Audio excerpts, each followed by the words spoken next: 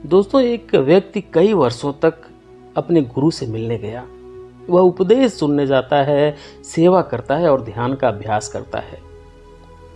लेकिन उसके मन में हमेशा यह बात रहती थी कि मैं सुधर नहीं रहा हूँ।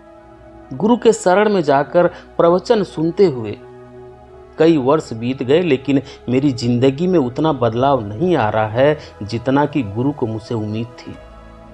एक दिन उसने सोचा कि शायद इस प्रश्न का उत्तर केवल गुरु ही दे सकेंगे, और वह गुरु से मिलने चला गया। गुरु ने उसे अपने पास बिठाया और उसकी समस्या के बारे में पूछा। उसने कहा कि जिंदगी बहुत तेजी से गुजर रही है और मुझे दीक्षित हुए 20 साल से ज्यादा हो गए हैं, और इन 20 सालों में मैंने अथक प्रयास किया, लेकिन मैं इन प्रयासों से कभी संतुष्ट नहीं हुआ। मेरे जीवन का एक बड़ा हिस्सा बीत चुका है और मैं अब लगभग 50 वर्ष का हो गया हूँ। मेरे बाल भी सफेद होने लगे हैं और पिछले 20 वर्षों में मैंने अथक परिश्रम किया है, लेकिन मैं खुद को कहीं नहीं पाता। तो क्या मेरी जिंदगी इसी तरह खाली रहेगी? गुरु ने उससे कहा कि तुझे सत्य समझने में 2 वर्ष और लगेंगे। गुरु ने उसे बीजों से भरा एक थैला दिया और कहा कि तुम ये बीज ले जाओ और 3 दिन तक अच्छी बारिश होने पर इन्हें खेतों में बो देना। वह आदमी उन बीजों को लेकर घर वापस आ गया और बारिश का इंतजार करने लगा। दिन हफ्तों में और हफ्ते महीनों में बदल गए, लेकिन बारिश नहीं हुई। फिर कभी 1 दिन, कभी 1.5 दिन, तो कभी 2 दिन तक बारिश होती रही, लेकिन 3 दिन तक लगातार बारिश नहीं हुई। जब बारिश होने लगती है तो खुश हो जाता है, लेकिन थोड़ी देर बाद रुक जाने पर उदास हो जाता है। ऐसे ही कई महीने बीत गए और उसे दुख होने लगा कि लगातार 3 दिन तक बारिश होगी या नहीं। वह हमेशा यही सोचता रहता था और एक दिन अचानक काले बादल आए और 3 दिन तक लगातार बारिश होती रही। उस व्यक्ति के मन में असीम खुशी का अंश जाग उठा और उसने पोटली के अंदर से गुरु द्वारा दिया हुआ बीज निकाल लिया और खेतों में बो दिया। अगले 2 महीने में वो बीज अंकुरित हो गए।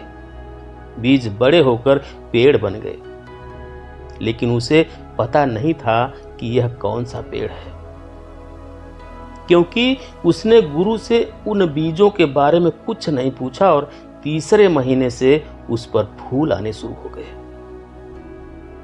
और देखते ही देखते चारों ओर फूल खिल गए। तितलियां फुदकती और न जाने कहां से लोग उन फूलों को देखने और सूंघने के लिए वहां आ जाते थे। वह अपने जीवन में कभी इतने लोगों से नहीं मिला था और ना ही उसने इतने सारे लोगों को देखा था। उसे आश्चर्य हुआ कि इतने सारे लोग कहां से आ रहे हैं, बिना मुझे बताए, और ये लोग मुझे जानते भी नहीं। मेरा इनसे कोई रिश्ता नहीं है, ये लोग कहां से आए हैं? उसे बहुत आश्चर्य हुआ और लोगों ने उसकी बहुत प्रशंसा भी की, उसके फूलों की सराहना की और कुछ ने उसे पुरस्कृत भी किया और फूल भी खरीदे। इसके फूलों की ख्याति और सुगंध दूर दूर तक फैल गई। सभी शहरों, गांवों, देश प्रदेश में फैलने लगा। इतनी खुशबू और इतने बड़े क्षेत्र में लगे फूल की किसी ने कभी कल्पना भी नहीं की थी। कभी किसी ने सोचा नहीं था ऐसा सुगंधित फूल भी हो सकता है जिसकी खुशबू कई किलोमीटर तक फैलती थी। इसलिए अगर कोई राहगीर दूर से भी गुजर जाए तो वापस देखने जरूर आता है यह सुगंध कहां से आ रही है। तो वह व्यक्ति बहुत खुश हुआ। उसने सोचा कि जाकर गुरु को यह सब बता दूं, लेकिन तभी उसे याद आया कि गुरु ने कहा था कि तुम 1 साल बाद इसी दिन दोबारा आना, उससे पहले नहीं। इसलिए वह बार बार अपनी उत्तेजना को रोकता है और सहन करता है कि समय अभी खत्म नहीं हुआ है। इसलिए वह रुक गया, लेकिन वह बहुत खुश था। उसने उन फूलों को बेचकर बहुत पैसा कमाया और एक आलीशान घर बनाया और वह खुशी से अपने दोस्तों के साथ रहता था। बहुत खुश रहता था और लोगों से मिलता था और वह अपने आसपास के लोगों से भी घुल मिल गया था और साथ में वह अपने समाज का मुखिया बन गया था। उसे बहुत सम्मान मिल रहा था, लेकिन फिर गर्मी बढ़ने लगी और बहुत गर्मी लगने लगी। फूल सूख गए। कुछ समय बाद पूरा खेत सूख गया और धीरे धीरे लोगों ने आना कम कर दिया और अब 1 या 2 लोग ही मिलने आते थे। वह व्यक्ति गुरु से मिलने के लिए गया। वह गुरु के पास गया और उन्हें प्रणाम किया। जैसे ही गुरु को बताना चाहा, गुरु ने कहा, मुझे कुछ भी बताने की जरूरत नहीं है, मैं सब जानता हूं। अब गुरु ने उसे एक बीज पात्र और दिया और कहा कि जब 3 दिन तक लगातार बारिश हो तभी जाकर बीज बोना।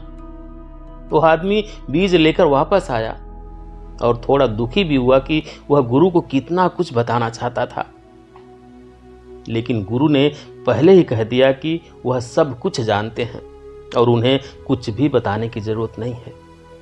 वह बहुत निराश हुआ कि वह अपने मन की बात नहीं कह सका, लेकिन वह इस बात से भी अनभिज्ञ था कि गुरु दूरदर्शी हैं और सब कुछ देखते हैं। फिर वह घर आया और फिर से बारिश का इंतजार करने लगा और वह बहुत खुश था। वह बहुत खुश था कि मुझे फिर से बीज मिल गए और वही फूल फिर से खिलेंगे। तब सुगंध फैलेगी और मैं प्रसिद्ध हो जाऊंगा। लोग मुझे पुरस्कार देंगे, मेरी प्रशंसा करेंगे, मेरे फूल बिकेंगे और मुझे सम्मान मिलेगा। यह सब बातें सोचकर वह मन ही मन बहुत खुश होता है। वह बार बार यही सब बातें सोचकर और बीजों के बंडल को देखकर खुश हो जाता है और वह बारिश का इंतजार करता है। लेकिन काफी देर तक बारिश नहीं हुई। 1 दिन 2 दिन बारिश हुई, लेकिन 3 दिन नहीं हुई। कई महीने बीत गए। अब उसे दुख होने लगा कि क्या लगातार 3 दिनों तक फिर कभी बारिश नहीं होगी। क्या गुरु मुझे इस तरह से समझाने की कोशिश कर रहे हैं जो मुझे समझ में नहीं आ रहा है? क्योंकि इस बार बिल्कुल भी बारिश नहीं हुई और वह मन ही मन तुलना करने लगा कि पिछली बार तो बारिश हुई थी, लेकिन इस बार तो इससे भी ज्यादा दिन बीत गए लेकिन बारिश नहीं हुई। फिर एक दिन काले बादल आए और 3 दिन और 3 रात जमकर बारिश हुई।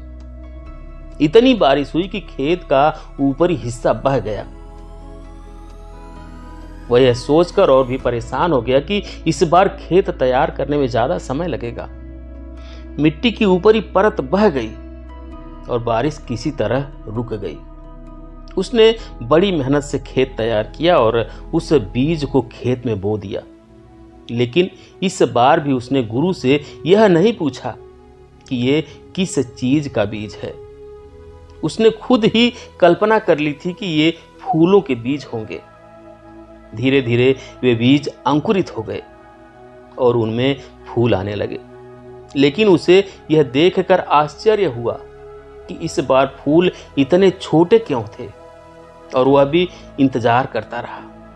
लेकिन उसे यह देखकर आश्चर्य हुआ कि इस बार फूल इतने छोटे क्यों थे और वह फिर भी इंतजार करता रहा।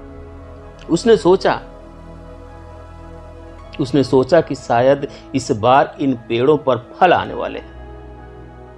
लेकिन कुछ दिनों बाद उसने देखा कि सभी पेड़ों पर हरी मिर्चें उगने लगी और चारों ओर उन हरी मिर्चों की फसल लहलाने लगी। धीरे धीरे मिर्च लाल होने लगी और उसके बाद कुछ तोते भी खेत में आने लगे। तोते ने मिर्च तो खा ली, लेकिन इस बार कोई तितली नहीं आई, कोई मधुमक्खी नहीं आई और इस बार न तो आसपास के कोई लोग आए और ना ही कोई खुशबू आई। उसके खेतों को देखने दूर दूर से न तो कोई खूबसूरत नजारा आया और ना ही कोई राहगीर आया। इस बार ऐसा कुछ नहीं हुआ। इस बार ऐसा कुछ नहीं हुआ तो उसे बहुत आश्चर्य हुआ कि इसके पीछे क्या रहस्य है। लेकिन थोड़ी चिंता होने लगी और उत्सुकता भी, आगे क्या होने वाला है। फिर जैसे जैसे गर्मी बढ़ने लगी, वे मिर्च लाल होने लगी और मिर्च खेत में ही गिरकर सूखने लगी। पूरा खेत भी सूख गया था। धीरे धीरे मिर्च फूटने लगी और पूरे मैदान में फैलने लगी। जैसे जैसे गर्मी बढ़ने लगी, गर्म हवाएं चलने लगी। अब इससे लोगों की आंखों और गले में जलन होने लगी तो दूर दूर के लोगों ने वहां जाना बंद कर दिया। वे उस रास्ते से चले गए और जिधर भी हवा फैलती है लोग परेशान होने लगते हैं। सब लोग बहुत भला बुरा कहते हैं कि इस मूर्ख ने अगर ये मिर्च बोई तो क्या किया, इसे बाजार में बेच देता या इसके लिए कोई अन्य व्यवस्था करता। लेकिन इसने इसे खेत में ही गिरने दिया। लेकिन अब ये मिर्च लोगों की आंखों में चुभने लगी है तो लोग उनसे काफी नाराज होने लगे। उसके आसपास के सभी जानवर और पंछी वहां से भाग गए और वह बहुत डर गया। वह अकेला था। उसने किसी तरह खुद को बचाया क्योंकि उसकी आंखों और गले में भी लग रही थी। वह दिन रात अपना चेहरा कपड़ों से ढकता है और हवा के विपरीत दिशा में बैठकर खुद को बचाने की कोशिश करता है।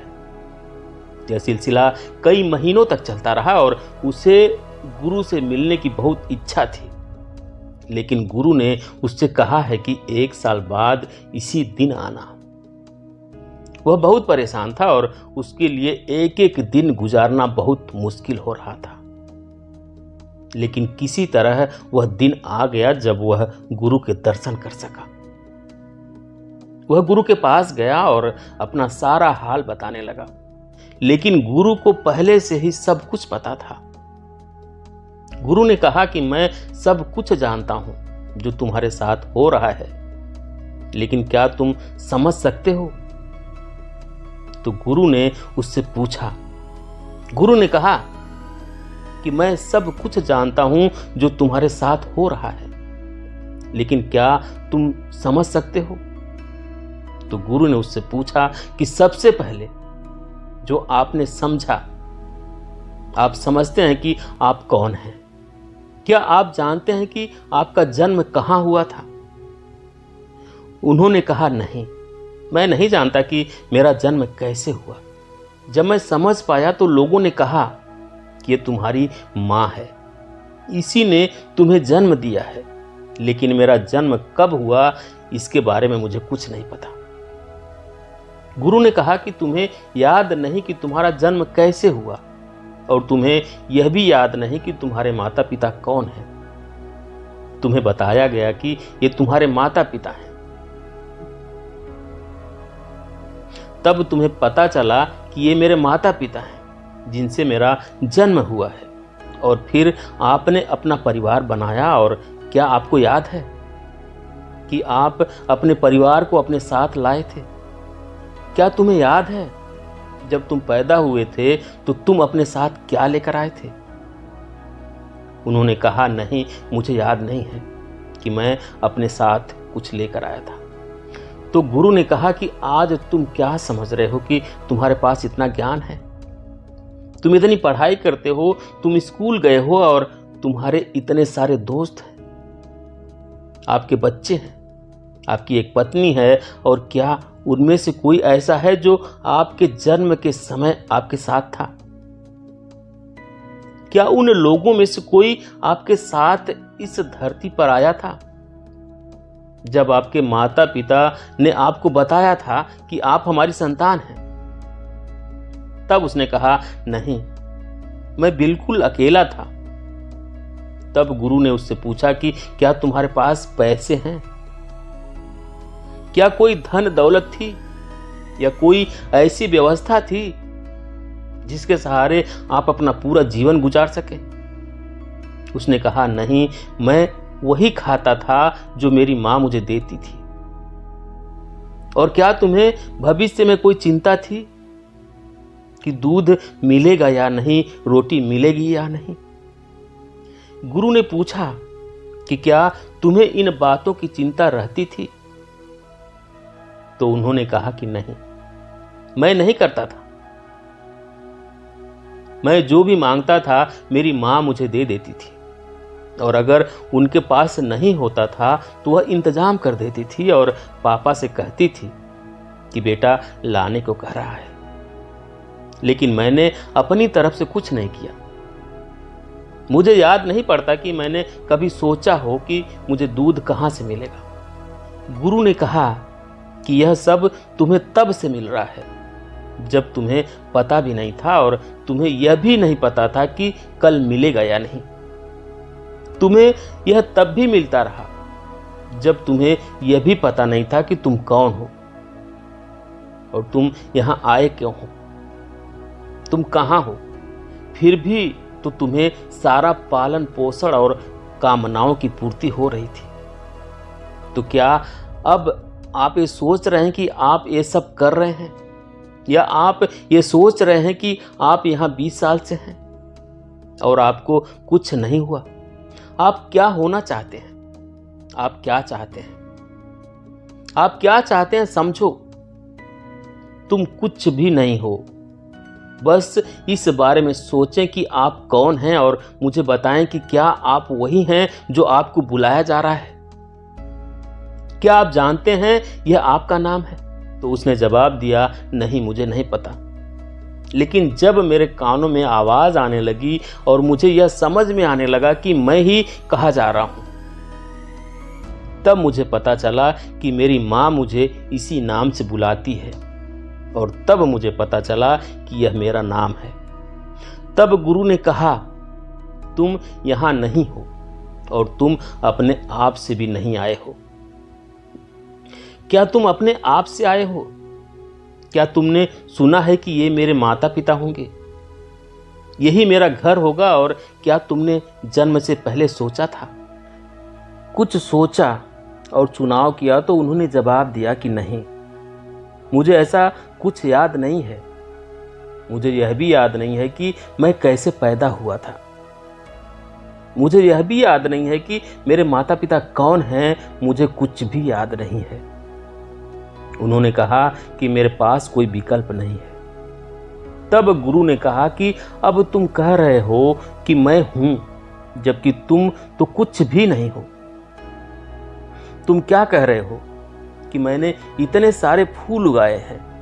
तो बताओ, अगर वे तुम्हारे बीज हैं तो क्या वे तुम्हारे फूल थे? बताओ बताओ, तुमने इन फूलों को उगाने के लिए क्या किया? तो वह चुप हो गया और उसके पास कोई जवाब नहीं था। गुरु के सामने सिर झुकाकर खड़ा हो गया। तब गुरु ने कहा कि यह बीज मैंने तुम्हें दिया था, 3 दिन की बारिश के बाद इसे जमीन में गाड़ देना। फिर मुझे बताना कि क्या तुमने वह बारिश की थी या तुमने वह मिट्टी बनाई थी जिसमें बीज अंकुरित हो गए। क्या आपने इन सब चीजों के लिए कोई प्रयास किया? तो वह नजरें झुकाकर वहीं खड़ा रहा और उसके पास कोई जवाब नहीं था। गुरु ने अपनी बात जारी रखी और कहा कि क्या तुमने देखा है कि जमीन में कैसे होगा और मिट्टी में कैसे बीज उगते हैं? गुरु ने अपनी बात जारी रखी और कहा कि क्या तुमने देखा है कि जमीन में कैसे होगा और मिट्टी में बीज कैसे उगते हैं और उसमें से पेड़ कैसे निकले? तो बताओ, जमीन के अंदर जो कुछ हुआ उसके लिए क्या तुमने कोई प्रयास किया? क्या तुमने उन बीजों के अंदर जीवन डाला? तब उसके पास कोई उत्तर नहीं था और वह चुप हो गया। वह चुपचाप खड़ा है। तभी गुरु ने कहा कि तुम वहां नहीं हो। तुमने तो मान लिया है कि तुम हो और तब से तुमने विश्वास किया है। तभी गुरु ने कहा कि तुम वहां नहीं हो। तुमने तो मान लिया है कि तुम हो और जब से तूने विश्वास किया है तब से तू है। जब से तूने विश्वास किया है तब से तू है। ये सब काम कर रहा है, और जब से तूने विश्वास किया है कि ये सब वस्तुएं तेरी है, जब से आपने विश्वास किया कि यह मेरी माँ है, यह मेरे पिता हैं, मैंने अपने जीवन में यह हासिल किया है। मैंने शादी कर ली, मैंने एक व्यवसाय बनाया और मेरे बच्चे हैं, लेकिन आपने वास्तव में वह सब नहीं किया है। तुमने ही मुझे जन्म दिया है और इस कारण तुम यह नहीं जान पा रहे हो कि तुम कौन हो। तुम नहीं जानते कि तुम कौन हो। क्या तुम जानते हो तुम कौन हो? उसने कहा, नहीं, मैं नहीं जानता मैं कौन हूं, लेकिन मुझे एक बात समझ में आ गई है कि यह शब्द मैंने खुद ही गढ़ा है।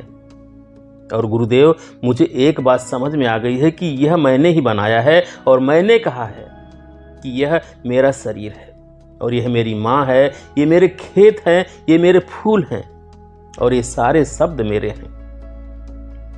ये सारे शब्द मैंने ही बनाए हैं। और जब मैं इस दुनिया में आया तो मुझे पता भी नहीं था कि मैं कौन हूं। लोगों ने मुझे नाम दिया कि यह मैं हूं, और जब लोगों ने मुझे बुलाया तो मुझे समझ में आया कि यह मेरा नाम है, कि मेरे शरीर का यह नाम है। लेकिन मुझे अभी भी नहीं पता कि मेरे शरीर के अंदर कौन है जो सब कुछ देख रहा है, बोल रहा है और समझ रहा है।